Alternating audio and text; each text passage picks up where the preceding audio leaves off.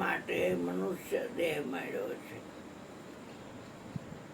જગતના લોકો નથી સમજતા, એટલે જાણવામાં જેટલું આવે છે એનો સંગ કરે છે.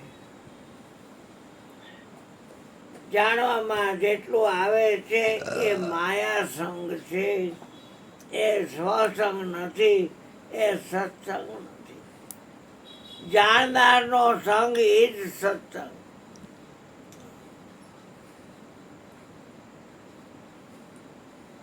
આંખથી, કાનથી, નાકથી, મુખથી, ચામડીથી બધું આપણે જાણપણું દાખલ કર્યું આપણી અંદર. એ કાંઈ મોટી ભય નથી. શરીર છે એ સાધન છે, માતાની યોનિમાંથી નીકળ્યું છે. પણ 900 નાયડુમાં જેની આણ વર્તાઈ રહી છે એવો આત્મદેવ એ આ શરીરરૂપી દેહરૂપી દેવળમાં જ્યોતિમાં કહેતા કે માનવ મંદિરથી મોટું મંદિર કોઈ નથી, અને આત્મદેવથી મોટો દેવ કોઈ નથી. આત્મદેવને જેને ઓળખવો છે એને જાણનારનો સંગ રાખવો પડશે. જાણવામાં આવે એ બધું સપનાનો ખેલ અને માયા સંગ કહેવાય. એમાં હાથમાં કાંઈ ન આવે, ફોતરા ખાંડીને ખોટી મહેનત કરવા જેવી છે. અક્ષર મહારાજને કહી કે આ મગફળીના દાણા કાઢી લીધા છે, આ ફોતરા છે ને ખાંડીમાં ખાંડો. એટલે અક્ષર મહારાજ કહે છે કે આ ફોતરા કા ખંડાવો, ફોતરા કા ખંડાવો, કે ગોરાય તારે ખાવો થાય ને ભૂકો થાય તો કાંઈ ન ખાય કોઈ. ગોરાય ફોતરાનો ભૂકો કોઈ ખાય? દાણા હોય તો ઠીક જ દાબે. એક વાત છે, આખું જગત તમે જુઓ, જ્યાં લગી જાણવું ઘટે મટેની મનની વાસના, લિંગનો ભંગ થયા વગર સર્વે મનની ઉપાસના. જાણનારને જાણ નહીં કહીએ કેવું જ્ઞાન, અથવા જ્ઞાન ક્ષણિકનું તે જાણી વધનારો તે ક્ષણિક નહીં, કર અનુભવ નિર્ધાર. ઘટપટ આદિ જાણતું તેથી તેને માન, જાણનારને માન નહીં. આ કહીએ કેવું જ્ઞાન, આ જ્ઞાન કેવું કહેવાય કે છે. મોટામાં મોટી ભૂલ થાય છે દરેકની, અને આખું જગત તમને થપ્પડ મારીને મોઢું લાલ રાખે છે. તમને એમ દેખાય સુખી છે, સુખી કોઈ નથી સંત સિવાય. હા, જાણનારનો સંગ રાખો, તમારે જેવો સુખી કોઈ નહીં. અને જાણવામાં આવે યા સંગ રાખો તો એ માયા સંગમાં દુઃખ સુખ લાભ હાનિ માન અપમાન રાગદેશ નિંદા સ્તુતિ ખરું ખોટું પાપ પુણ્ય આ બે વિભાગમાં મળ્યા કરશે. રાગદેશ સ્તુતિ કરશે કોઈ, લાભ હાનિ બધું એમાં જ પડ્યું છે. તો ભાઈ જાજો શું કેવું, સમજણનું ઘર ગોતી. અને સમ એટલે સરખો, જણ એટલે પુરુષ. સચરાચરમાં જે સરખો પુરુષ છે. કાલ પવન આવતો તો મયુરને કીધું કે જો અહીંથી પવન આવે છે, પંખો બંધ કરી દે. અને પવનના બાપની તાકાત નથી કે આને ઉડાડી શકે, મારા હાથ ફરે છે ને. પવનના બાપની તાકાત નથી કે આને ઉડાડીએ.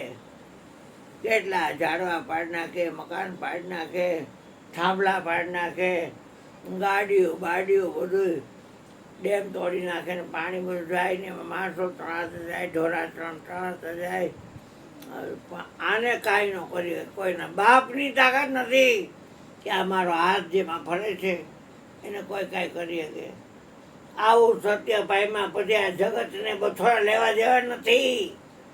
હાલી નીકળ્યા જાવ, કરવાનું સર્વે કાચું. કોઈ આવે તો ભલે ને કોઈ ન આવે તો ભલે, આપણે શું લેવા દેવા. દુનિયા સે દિલ હટાલે, પ્રભુ से ध्यान लगा ले, ब्रह्मानंद मोक्ष पद पाले. આ તનકા પતા નહીં. શરીર તો પડવા વાળું છે. પોણો વર્ષ થયા કાલ 28 તારીખે, આજે 29 છે. 28 નો પચાસ મારી બર્થડે છે.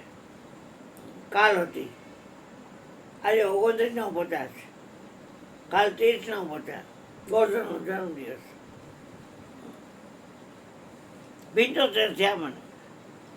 76 બેઠું, એક દી ચડી ગયો 76માં, કપાઈ ગયો જ કહેવાય ને, અડધો જોયો ગયો. હું રાત હોઈ જશે કાલ, એટલે બીજો દી બેસશે, એ વયો જશે.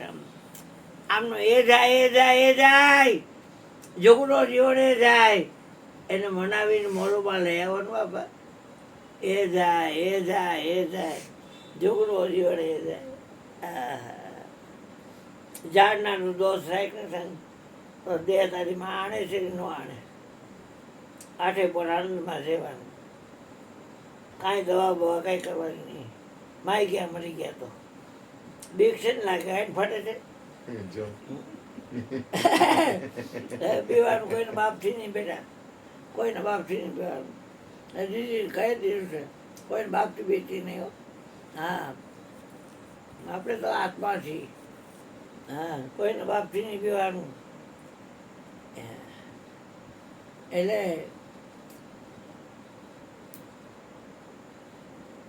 સમજણ સાધનનો સાથ, સમજણથી સાધનનો સાથ. અજપા જાણી ભવસાગર તરવાની એ છે નિશાની. મોહનલાલ રાયણી ભજન બહુ ગાતા.